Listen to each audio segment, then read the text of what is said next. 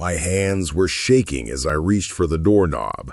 After 2 weeks of complete silence from my son, I never expected this. The door was unlocked. Tyler never left his door unlocked, not in Scottsdale, not anywhere.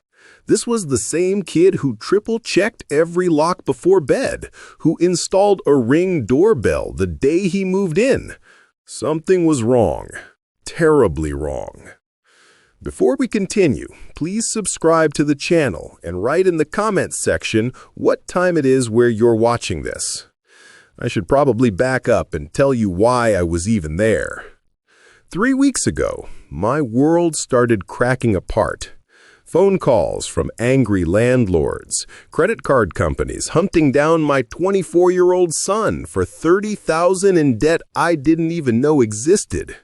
His college buddy, Jake, calling me at midnight, worried sick because Tyler had borrowed $5,000 and then vanished. "Dad, just give me time," Tyler had begged during our last conversation. His voice was different that night, desperate, almost scared. "Please don't come over, not yet." That was 14 days ago. 14 days of my calls going straight to voicemail. 14 days of my ex-wife Sarah blaming me for making everything too easy for him. 14 days of wondering if I'd failed as a father. But standing there on his doorstep that Tuesday morning, staring at newspapers piled up for over a week, something didn't add up. The lawn was overgrown, sure. Mail was overflowing from the box, but there was music coming from inside. Low, rhythmic bass that made the windows vibrate slightly. And cars. Jake had been right about the cars. A black BMW in the driveway that definitely wasn't Tyler's beat-up Honda.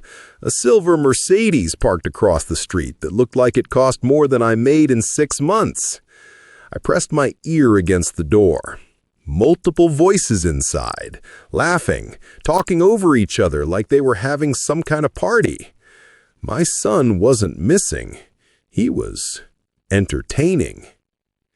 I used the spare key he'd given me 6 months earlier, back when we still talked every day, back when I thought I knew who my son was. The smell hit me first. Cigarettes. Tyler had never smoked a day in his life. Then I saw the living room. Pizza boxes stacked like cardboard towers, empty beer bottles covering every surface, and something else, something that made my stomach drop. Cash. Scattered across his coffee table like confetti, more money than I'd seen in one place outside of a bank. But it was the sound from upstairs that froze my blood. Voices. At least 3 different people, and one of them wasn't Tyler's. One of them was a woman laughing at something I couldn't quite make out. Another was a man with a deep, commanding tone giving what sounded like instructions. I stood at the bottom of those stairs, my heart hammering against my ribs, knowing that whatever I found up there would change everything. What I didn't know was that I was about to discover my son wasn't the victim in this story. He was running it. Standing there in that destroyed living room, I couldn't help but think back to just 3 months earlier, back when I thought I was the luckiest father in Phoenix. It was graduation day at Arizona State, May 21st to be exact. I can still picture Tyler walking across that stage in his cap and gown, that $1,000,000 smile lighting up the entire arena. Business degree, magna cum laude. My chest swelled with pride so intense it almost hurt. For once, my ex-wife Sarah and I were sitting in the same row. Not next to each other, mind you, but close enough that we could share those proud parent moments without the usual tension crackling between us. "He did it, didn't he?" Sarah whispered as Tyler shook the dean's hand. For just a second, her guard was down. No blame, no bitterness about the divorce, just pure maternal pride. "Yeah," I said, snapping photo after photo. He really did. After the ceremony, Tyler bounded over to us like an excited puppy. "Mom, Dad, did you see? Did you get pictures?" He was practically glowing, and something twisted in my gut. When was the last time I'd seen him this genuinely happy? 2 weeks later, he called with even better news. "Dad, I got the job. Next Tech Solutions downtown. They're offering me $60,000 to start, plus benefits. Plus, they're talking about fast-tracking me to management." His voice was electric with excitement. "And get this, I found the perfect house to rent in Scottsdale. 3 bedrooms, 2 baths, with a pool." I should have asked more questions. Like how a fresh college graduate could afford a 3-bedroom house in one of Phoenix's most expensive neighborhoods. Like why he needed 3 bedrooms when he lived alone. Like why he was so eager to move out of his shared apartment near campus. Instead, I just felt proud. My son was launching into adulthood with style. The housewarming party was the last time our family felt normal. Sarah even brought her famous spinach dip. We toured every room, Tyler showing off the granite countertops, the walk-in master closet, the backyard oasis with its sparkling blue pool. "This is incredible, honey," Sarah gushed, running her hand along the kitchen island. "You must be doing really well at that new job." Tyler's smile flickered for just a split second. So fast I almost missed it. "Yeah, they're really taking care of me," he said. But something in his voice felt rehearsed, like he'd practiced that exact response. I ignored it. What father wants to look for problems when everything seems perfect? Over the next few weeks, Tyler seemed to settle into his new life beautifully. Designer clothes started appearing in his Instagram posts, a new Apple Watch, weekend trips to Las Vegas that he brushed off as company retreats. Sarah started getting suspicious first. "Something's not adding up," she told me during one of our rare phone conversations. $60,000 doesn't buy that lifestyle, not in Scottsdale. "Oh, maybe he's just good with money," I defended, but even as I said it, doubt crept in. "Or maybe you're still making everything too easy for him," she snapped. "When's the last time you actually visited him, unannounced?" I hated admitting she might be right.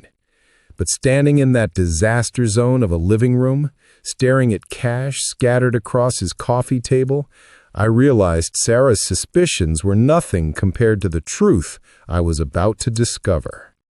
The first crack in my perfect son's facade came on a Wednesday morning at 7:15.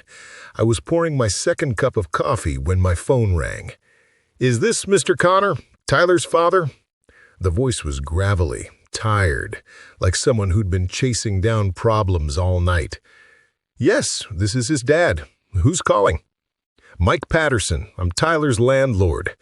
Look, I hate to bother you, but your son is 3 months behind on rent.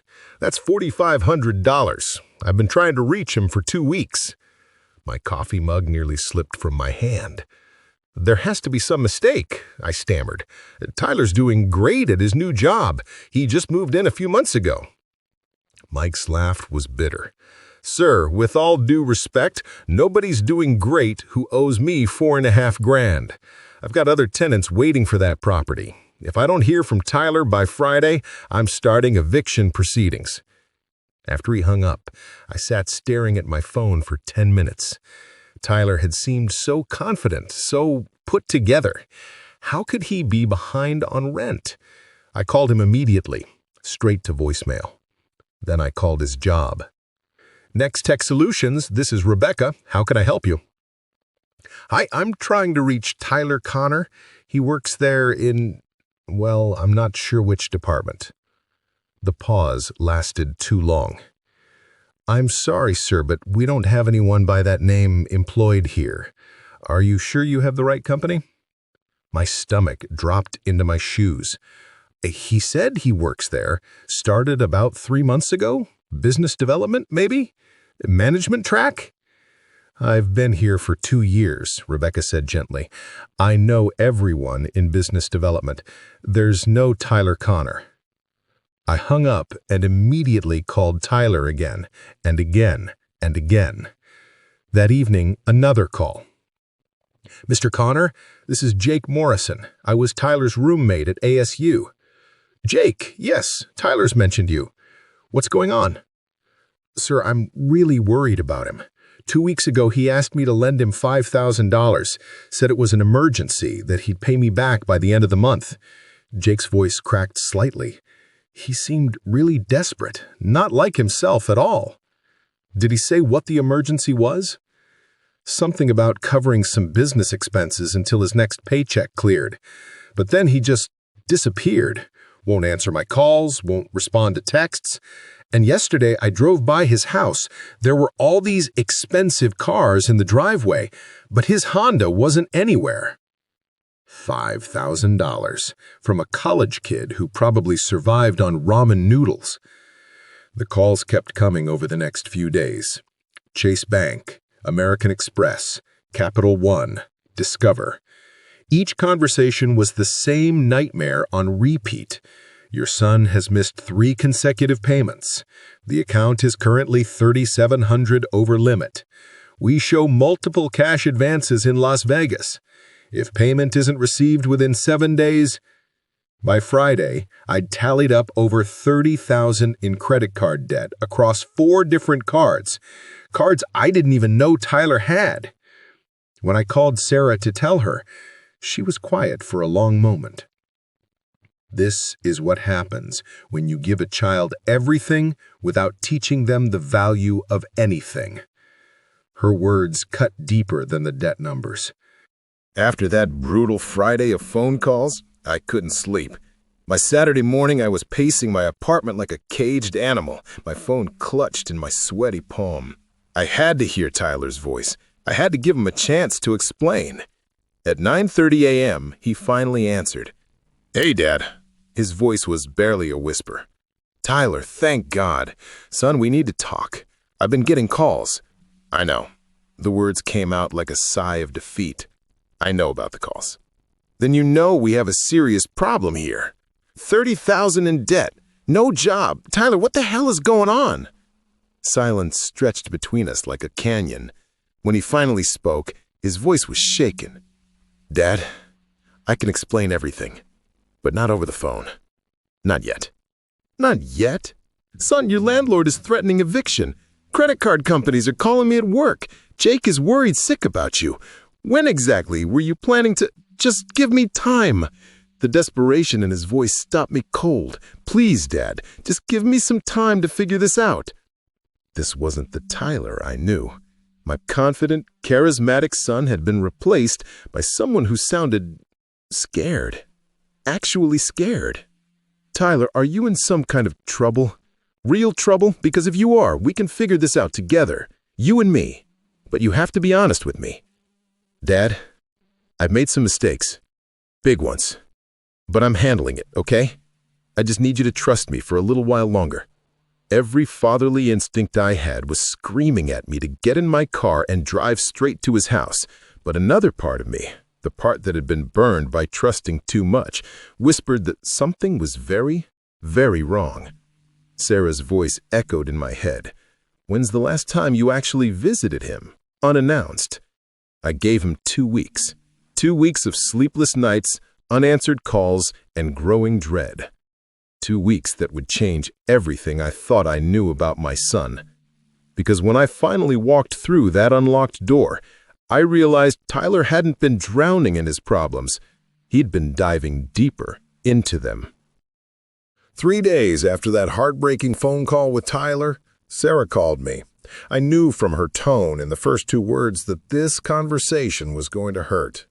"We need to talk."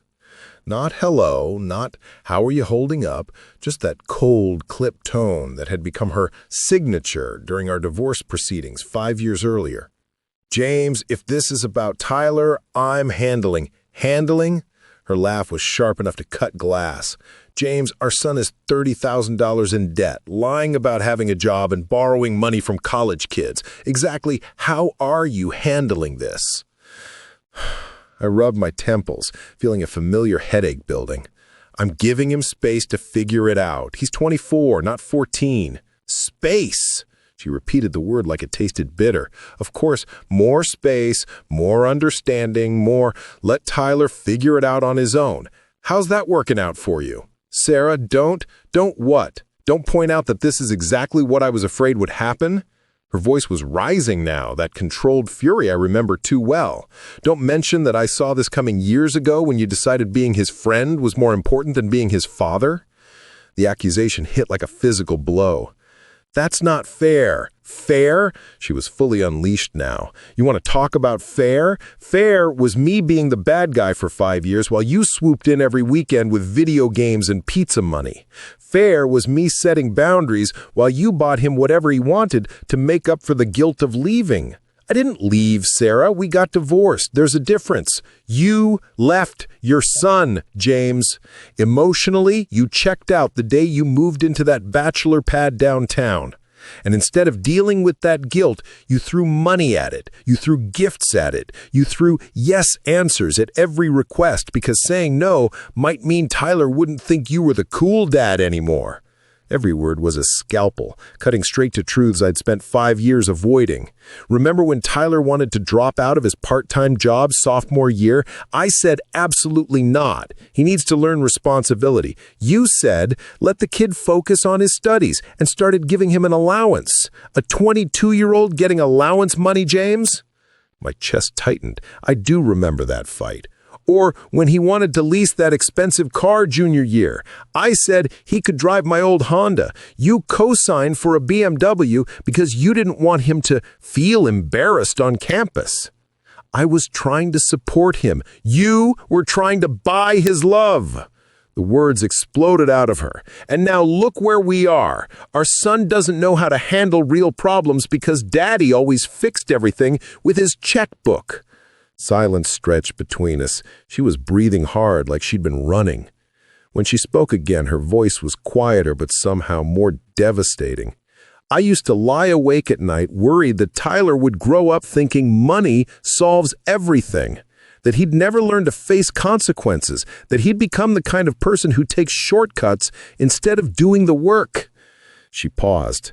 Congratulations, James. Your son learned everything you taught him. The line went dead. I sat there in my kitchen, staring at my phone while Sarah's words echoed in my head like accusations from a jury. Had I created this mess? Had my desperate need to be the beloved father turned my son into someone who thought rules didn't apply to him? Standing in Tyler's trashed living room 2 days later, staring at cash scattered across his coffee table, I couldn't escape the terrible possibility that Sarah had been right all along. The first 3 days after Sarah's brutal phone call, I called Tyler every morning at exactly 8 a.m. Straight to voicemail. Every single time. Hey, you've reached Tyler. Leave a message and I'll get back to you. That cheerful, confident voice on his outgoing message felt like a ghost haunting me. Where was that version of my son? The one who sounded like he had his life together? By day 4, I started texting instead. Son, just let me know you're okay. Tyler, I'm worried. Please call. We can figure this out together. Nothing. Not even the little red notification to let me know he'd seen him. Day 7, I broke down and drove past his house. Just a slow cruise down his street, telling myself I wasn't violating his request for space, just checking. The newspapers were piling up. The lawn was turning brown. But there was a car in the driveway I didn't recognize. A sleek black BMW that looked like it cost more than I made in 6 months. Maybe he had company. Maybe he wasn't alone in whatever mess he'd gotten himself into. I told myself that was a good thing. Day 10, Jake called me again. Mr. Connor, I'm really starting to freak out here. I drove by Tyler's place yesterday evening, and there were 3 cars there. None of them was his Honda. What kind of cars? Expensive ones, like really expensive. A Mercedes, a Lexus, and that BMW that's been there all week. And the weird thing is, they all had different license plates. Nevada, California, one from Texas. My stomach clenched. Did you see Tyler? That's just it. I sat there for 20 minutes and I saw people going in and out, but none of them looked like Tyler. They were all older, business suit types, and they kept looking around like they were worried about being watched. After Jake hung up, I sat in my car in an empty parking lot and tried to make sense of it all. Out-of-state cars, business suit types, a son who wouldn't answer his phone. None of it added up to anything good. Day 14, I called Tyler's phone 16 times. 16 straight trips to voicemail. By the last call, my hands were shaking so badly I could barely hold the phone.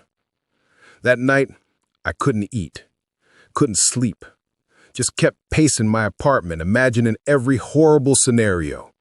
Was Tyler hurt? Kidnapped? Had he gotten himself mixed up with dangerous people? Or worse, had he gotten himself mixed up with dangerous people willingly? Day 14 arrived on a Tuesday morning that felt different somehow. Heavier, like the universe was holding its breath. I was sitting at my kitchen table staring at my phone when I realized something that made my blood run cold. It had been exactly 2 weeks since Tyler had begged me not to come over. 2 weeks since he'd said, "Give me time." 2 weeks since he'd promised to explain everything. Time was up, and my son was still silent. I looked at myself in the hallway mirror before I left that morning. Unshaven, dark circles under my eyes. I looked like a man who'd been carrying a weight too heavy for too long. Maybe Sarah was right. Maybe I had failed him as a father. But I wasn't going to fail him as a human being. Whatever Tyler had gotten himself into, whatever dangerous road he was walking down, I was going to find him. Even if it meant discovering that my son wasn't the person I thought he was. Even if it meant learning that some of Sarah's worst fears had come true. I grabbed my keys and headed for Scottsdale. It was time to stop respecting his wishes and start protecting my child. The spare key turned easily in Tyler's lock, just like it had 6 months ago when he'd proudly given it to me. But stepping inside felt like entering a different universe. The smell hit me first. Stale cigarettes mixed with something sharper.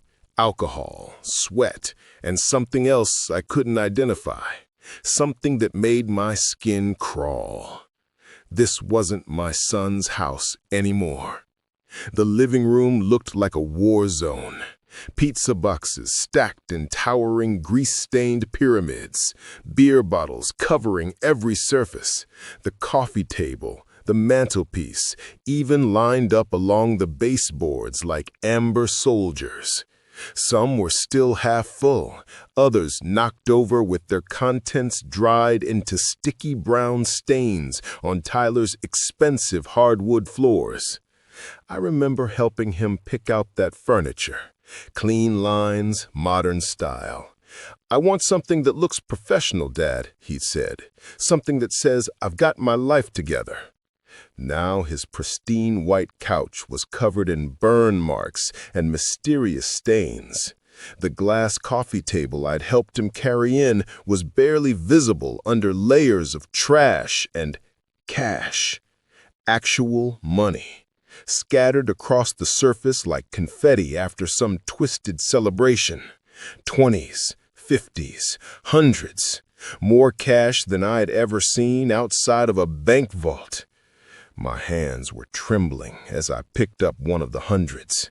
It was real, crisp, new. Where the hell was Tyler getting this kind of money? I moved deeper into the house, my footsteps echoing in the strange silence. The kitchen was worse. Dirty dishes piled in the sink, moldy food containers everywhere, and the granite countertops that Tyler had been so proud of were covered in a sticky film that made me gag. This was the same kid who used to organize his sock drawer by color, who washed his car every Sunday morning without fail, who once threw out an entire pizza because he'd accidentally dropped one slice on the floor. A sound from upstairs froze me in place. Laughter. But not Tyler's laughter. This was deeper, rougher. A man's voice I'd never heard before, followed by a woman's giggle that made my stomach turn. Then another voice, and another. At least 4 different people were upstairs in my son's house, and none of them sounded like Tyler. I crept to the bottom of the staircase, my heart hammering so loud I was sure they could hear it. The voices were clearer now, drifting down from what I knew was Tyler's master bedroom. Next shipment comes in Thursday. Vegas contact confirmed the pickup. Need to move the Denver product before the weekend. Product? Shipment? My blood turned to ice water in my veins. A woman's voice cut through the others. What about the kid? He's been asking too many questions. Tyler's not a problem, came the reply in a voice that sounded like gravel and cigarettes. He knows what happens to people who become problems. Tyler's not a problem. The words echoed in my head like gunshots. They were talking about my son like he was disposable. I gripped the stair railing so hard my knuckles went white. Every instinct screamed at me to run, call the police, get help. But another part of me, the part that had failed my son as a father, needed to know the truth. I needed to see what Tyler had become. I needed to understand how the bright, ambitious young man who'd walked across that graduation stage had ended up in the middle of whatever this was. So I started climbing those stairs, one silent step at a time, knowing that whatever I found at the top would change everything forever. I reached the top of the stairs and pressed myself against the hallway wall, my heart hammering like a trapped bird. The master bedroom door was cracked open just enough for me to see inside. What I saw shattered every assumption I'd ever had about my son. Tyler was there, alive, unharmed, sitting behind his desk like some kind of CEO, wearing a designer suit I'd never seen before. His hair was slicked back, his posture confident and commanding. This wasn't the scared, desperate young man I'd spoken to on the phone 2 weeks ago. This was someone else entirely. 3 people sat across from him. A woman in her 40s with platinum blonde hair and cold eyes, a heavyset man covered in tattoos, and another guy in an expensive leather jacket who kept checking his phone. The Milwaukee operation needs to be wrapped by Friday. Tell Rodriguez that any delays cost us the weekend window, and weekend windows cost money. The tattooed man nodded. What about the heat in Denver? Local PD's been sniffing around the usual spots. Switch to the backup location and remind everyone that communication stays dark until after the shipment clears. Tyler leaned back in his chair like a man who'd been running meetings his entire life. One intercepted message burns the entire network. Network, shipment, operations. My son was talking like a criminal mastermind. The blonde woman spoke up. The Vegas contact wants confirmation on next month's volume. Can we guarantee the same numbers? Tell him we can double it.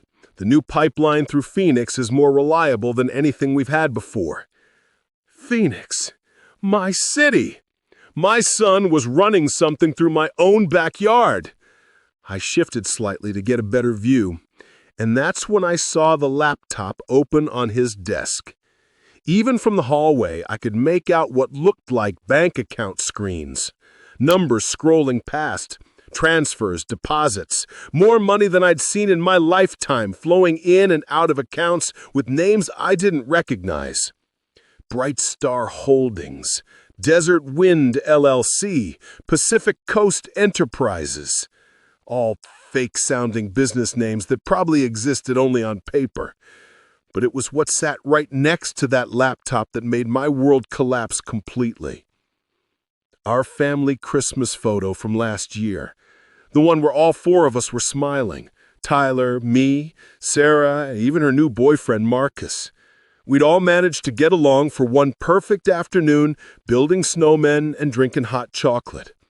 Tyler had insisted we take that picture by the fireplace. This is what matters, Dad. Family. Everything else is just noise. And now that same photo was sitting on his nightstand while he orchestrated what was obviously a criminal empire from his bedroom. The leather jacket guy stood up.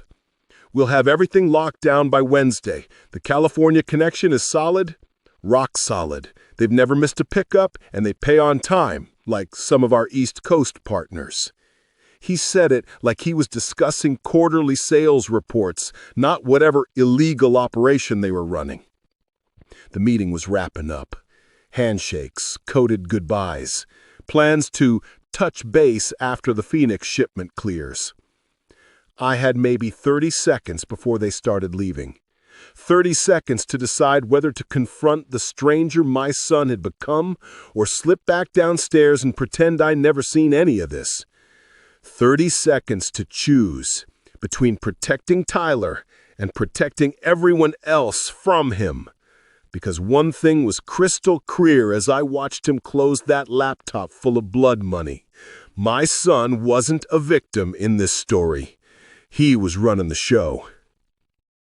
I stood frozen in that hallway, my back pressed against the wall as the voices from Tyler's bedroom grew fainter. They were wrapping up their meeting. In minutes, those people would walk out of my son's house, leaving him alone with whatever empire he'd built. My phone felt like lead in my pocket. One call to 911, and this would all be over. Tyler would be arrested, but he'd be safe, away from whatever dangerous world he'd stepped into. But he'd also be destroyed. I closed my eyes, and suddenly I was drowning in memories I couldn't control. Tyler, at age 6, standing in our driveway with a broken bicycle, tears streaming down his face. "Daddy, can you fix it?" And I had. I'd spent 3 hours with tools I barely knew how to use because I couldn't stand to see him disappointed. Tyler, at 12, caught cheating on a math test. Sarah wanted to ground him for a month. I had argued he made a mistake. Everyone deserves a second chance. We'd fought about it for hours, but I'd won. Tyler got his second chance. Tyler, at 16, arrested for underage drinking at a party. While Sarah read him the riot act, I'd quietly paid for a lawyer to keep it off his permanent record. Boys'll be boys, I'd told her. This doesn't define him. Tyler, at 20, dropping out of his part-time job because it was interfering with his studies. I'd started sending him money every month instead of making him figure it out himself. I want him to focus on his future, I'd explained to Sarah's disapproving glare. Every single time, I'd chosen protection over consequences. Every single time, I'd been the father who fixed things instead of letting Tyler face the music. And now here he was, sitting in his bedroom, coordinating criminal operations like it was his day job. Had I created this? Had my endless safety nets taught him that rules were optional? That there would always be someone to catch him when he fell? Sarah's words echoed in my head. You taught him that money solves everything. But calling the police felt like giving up, like admitting that my son was beyond saving, like accepting that the bright, ambitious boy who'd graduated magna cum laude had become a criminal I didn't recognize. The bedroom door opened wider. I heard footsteps, muffled goodbyes. The strangers were leaving. My phone was in my hand now. Screen lit up, 911 typed but not yet dialed. One touch, and Tyler's life as he knew it would end. But maybe that was what he needed. Maybe that was the consequence I should have let him face years ago. But I couldn't do it. Not because I didn't think he deserved to face justice, but because I needed to understand how we'd gotten here. I needed to know if there was any part of my son left in the stranger I'd just watched orchestrating criminal meetings. I needed to give him one last chance to explain himself. The front door slammed shut downstairs. Car engines started. The house fell quiet, except for movement from Tyler's bedroom. I took a deep breath and walked to his doorway. He was sitting at his desk, closing the laptop, when he looked up and saw me standing there. For a split second, his confident mask slipped completely. I saw shock, fear, and something that looked almost like relief. "Dad?" he whispered. "Hello, Tyler." We stared at each other across the wreckage of everything I thought I knew about my son. This was it, the moment that would determine whether Tyler Connor was still salvageable or whether I'd have to accept that the boy I'd raised was gone forever. "I think," I said quietly, "it's time you explained everything." I stepped into Tyler's bedroom, and the silence between us stretched like a loaded gun. He sat frozen behind his desk, still wearing that expensive suit, but now he looked like a child caught with his hand in the cookie jar. "Dad," his voice cracked, "you weren't supposed to. How did you—" "The spare key." I held it up, my hand trembling. "Remember? You gave it to me when you still trusted me, when you were still my son." "I'm still your son." "Are you?" I gestured at the laptop, the scattered cash, the criminal empire he'd been orchestrating from his bedroom, because the Tyler I raised wouldn't recognize the person sitting in that chair. He stood up slowly, his hands raised like he was surrendering. "Dad, please, let me explain." "Explain what? How you've been lying to me for months? How you don't actually have a job? How you've been running some kind of criminal operation out of the house I helped you get? It's not what you think." "It's exactly what I think." The words exploded out of me. "I heard everything, Tyler. Milwaukee operations, Vegas contacts, Phoenix pipelines. You're not some kid who got in over his head. You're running the damn show." His face hardened, and for a moment I saw a flash of the stranger I'd been watching through the doorway. "So what if I am?" he said quietly. "So what if I figured out how to actually make something of myself, instead of drowning in student loans and dead-end jobs like every other college graduate?" "Make something of yourself? Tyler, you're a criminal." "I'm successful," he shot back, his voice rising. "For the first time in my life, I'm actually winning at something. I'm not begging professors for extra credit or getting rejected from job interviews or living paycheck to paycheck like some loser." "This isn't winning, son. This is—" "Don't call me son." The coldness in his voice stopped me dead.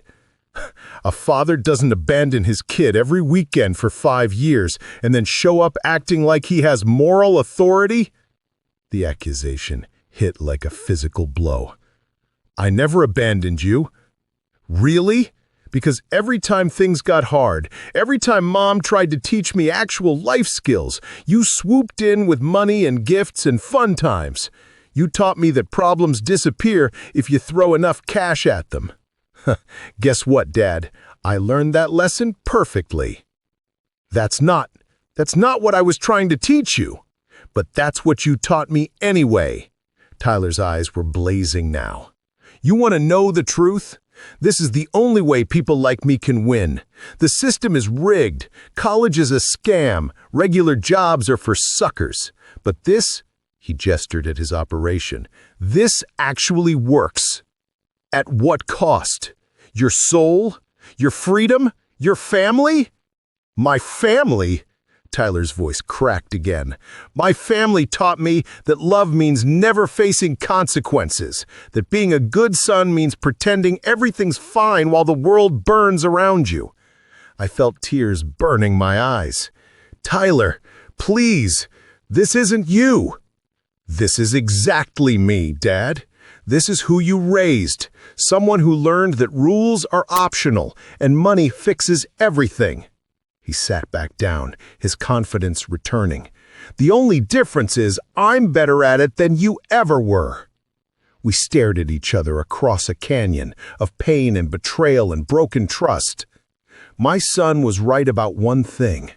I had taught him these lessons, just not the way I'd intended.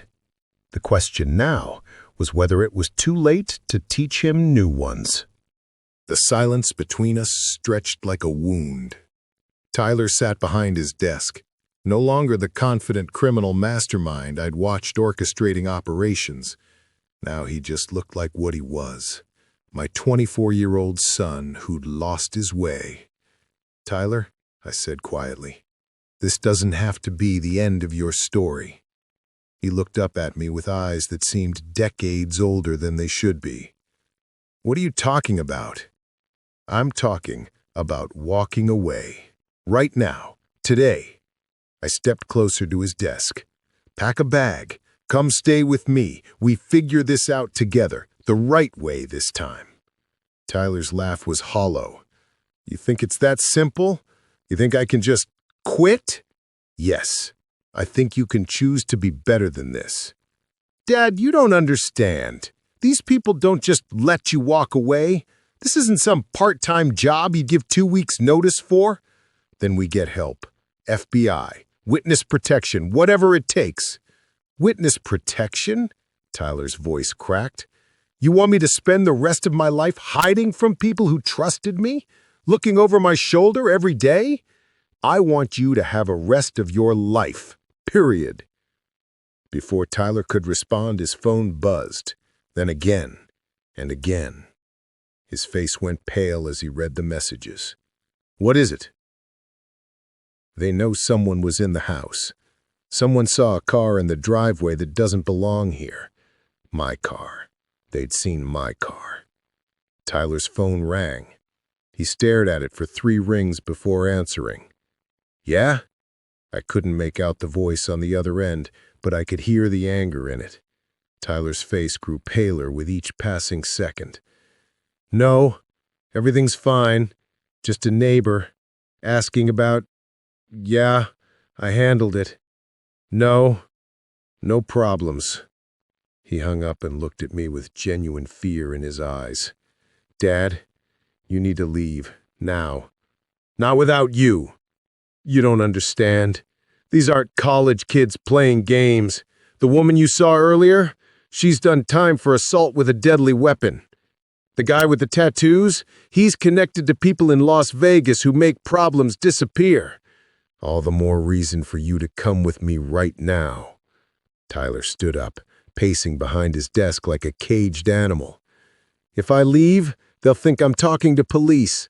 If they think I'm talking to police... What? What happens? People who talk to police don't get second chances in this business, Dad. My heart was pounding. Are you saying they'd hurt you? I'm saying they'd hurt anyone I care about, including you. The weight of that threat settled between us like a physical presence. Tyler, listen to me. We can protect you. There are programs. Programs, he almost laughed. Dad, these people have connections in police departments. They have lawyers on payroll. They know which judges owe favors to which crime families. His phone buzzed again. More messages. Tyler's face went white as he read them. They're coming back, he whispered. They want to meet the neighbor who was asking questions. Then we leave. Right now. Both of us. If I run, they'll know something's wrong, and they'll hunt us both down."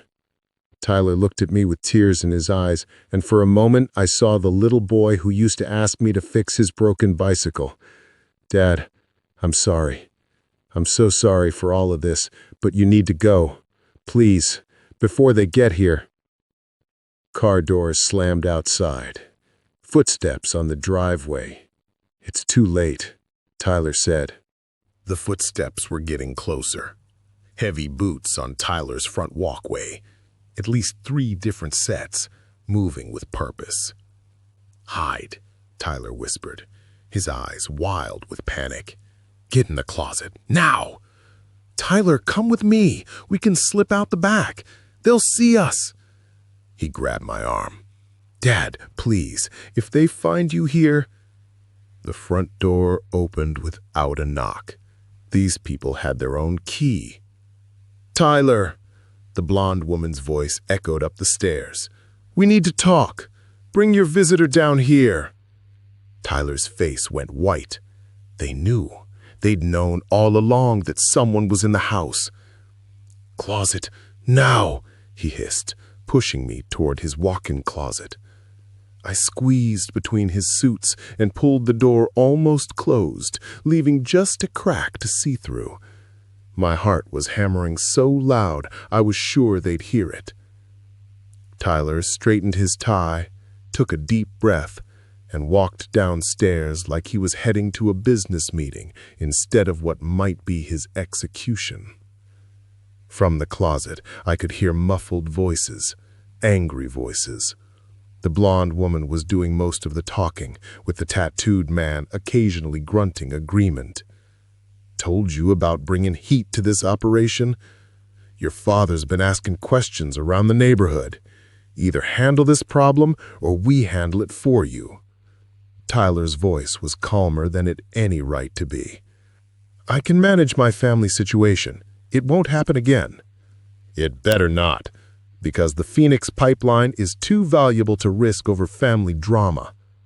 That's when I heard something that changed everything. Sirens. Distant, but getting closer. A lot of sirens. The voices downstairs went dead silent. Then chaos erupted. "What the hell? Did you... Everyone out, now!"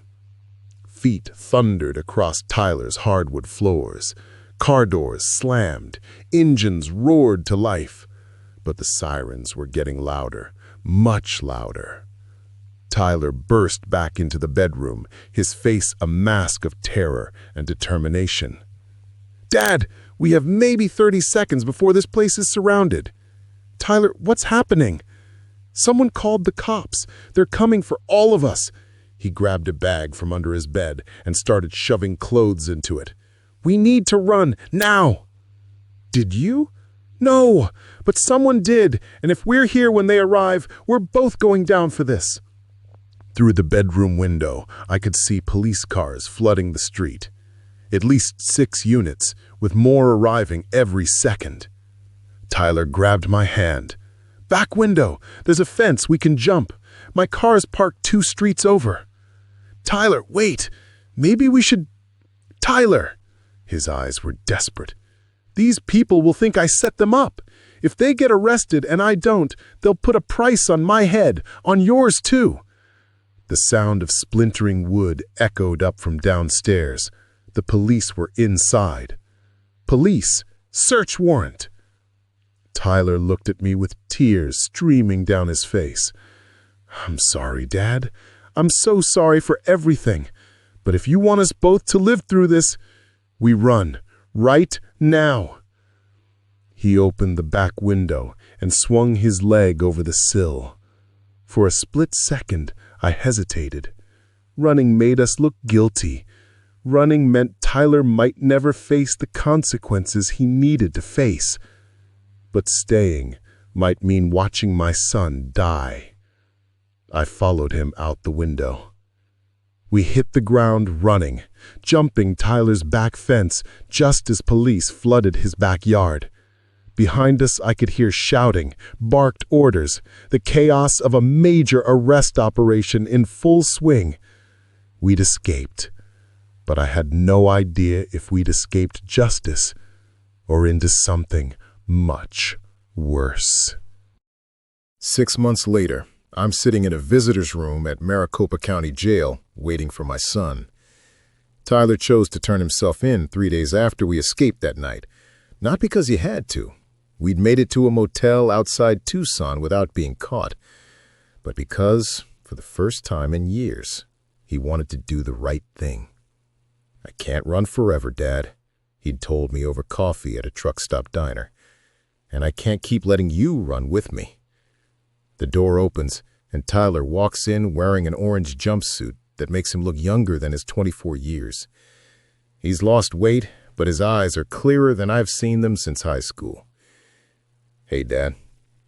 "Hey, son." We sit across from each other with a scratched plastic table between us, and for the first time in months, it doesn't feel like we're strangers. "How you holding up?" "Better than I expected," Tyler says, and I can tell he means it. "The lawyer you hired thinks I'm looking at 18 months, maybe less with good behavior, since I cooperated with the federal investigation and helped them identify the major players." He trails off. We both know that cooperation came with risks, but Tyler had made his choice. Any word on the others? The blonde woman, her real name was Catherine Morris, got 5 years. The tattooed guy, Luis, got 7. They're still hunting down the Vegas connections. Tyler's voice is steady, matter of fact. "My testimony puts some dangerous people behind bars." "Are you afraid of retaliation?" "Every day. But I'm more afraid of who I was becoming." He looks directly at me. "Dad, I need to tell you something. I was the one who called the police that day." My breath catches. "What?" "When I saw you standing in that hallway, when I realized you could have been hurt by those people, I couldn't live with that. So while you were hiding in the closet, I texted an anonymous tip to the police tip line." For a moment, I'm speechless. Tyler had saved us both by destroying his own criminal empire. "Why didn't you tell me?" "Because I needed you to choose to run with me, not because you felt obligated, but because you still believed I was worth saving." Tears sting my eyes. "Tyler, you were always worth saving." "I know that now. The counseling here has helped me understand a lot of things, including how my choices weren't entirely your fault. But they weren't entirely not my fault either." Tyler nods. "No, they weren't. You did teach me that money fixes problems, that consequences were optional if you knew the right person to call, that being loved meant never having to face the music." "I'm sorry, son. I thought I was protecting you, but I was just protecting myself from watching you struggle." "I know, Dad. And I'm sorry I took those lessons and twisted them into something so ugly." We sit in comfortable silence for a moment. It's not forgiveness, not yet, but it's the beginning of understanding. "Tyler, when you get out, things are going to be different.